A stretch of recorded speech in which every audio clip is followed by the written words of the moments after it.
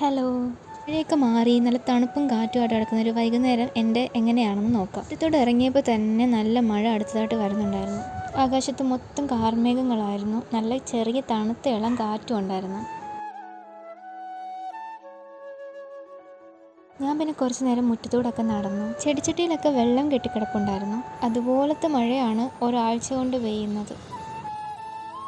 മഴ കാരണം ബെല്ലായ്ക്ക് ഉറങ്ങാൻ നല്ല സുഖമുണ്ടായിരുന്നു. തണുപ്പൊക്കെ അല്ലേ. നല്ലപോലെ കിടന്ന് ഉറങ്ങിയോണ്ടായിരിക്കും വൈകുന്നേരം ആയപ്പോഴത്തേക്ക് അവൾക്ക് എങ്ങനെയും കൂട്ടി നിന്ന് പുറത്തി അടിയാൽ മതി എന്നുള്ളൊരു ചിന്തയിലായിരുന്നു. ഞാൻ പിന്നെ അവളെ തുറന്നു വിടുന്നത് പോലെയൊക്കെ ഒന്ന് കാണിച്ചത് കുറച്ച് നേരം കൊതിപ്പിച്ചിട്ടാണ് അവിടെ നിന്ന് പോയത്. ലാസ്റ്റ് അവൾ ശശിയാവുകയും ചെയ്തു. ഞാൻ ചായ കുടിക്കാറില്ല, എങ്കിലും ഇന്നൊരു കട്ടനാവാന്നുള്ള പ്രതീക്ഷയിൽ ഞാൻ അകത്തോട്ട് പോയി. മുറ്റത്ത് തണുപ്പത്തിരുന്ന് ചൂട് കട്ടൻ കുടിക്കാന്നുള്ള ആഗ്രഹമായിട്ടാണ് തിണ്ണയ്ക്ക് പോയിരുന്ന് ഞാൻ കുടിക്കാൻ തുടങ്ങിയത്. കൂടെ 2 അച്ചപ്പവും ഉണ്ടായിരുന്നു.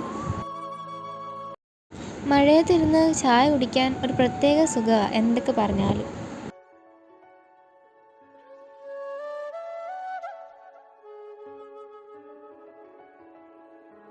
ചായയൊക്കെ കുടിച്ച് കുറച്ച് കഴിഞ്ഞപ്പോൾ തന്നെ നല്ല കാറ്റുണ്ടായിരുന്നു. അപ്പോൾ തന്നെ അറിയാം ഇപ്പം തന്നെ മഴ വരുമെന്ന്. ശരിക്കും പറഞ്ഞാൽ ഈ ഒരു ക്ലൈമറ്റിനോട് എനിക്ക് ഭയങ്കര ഒരു ഒബ്സഷൻ ഉണ്ട്.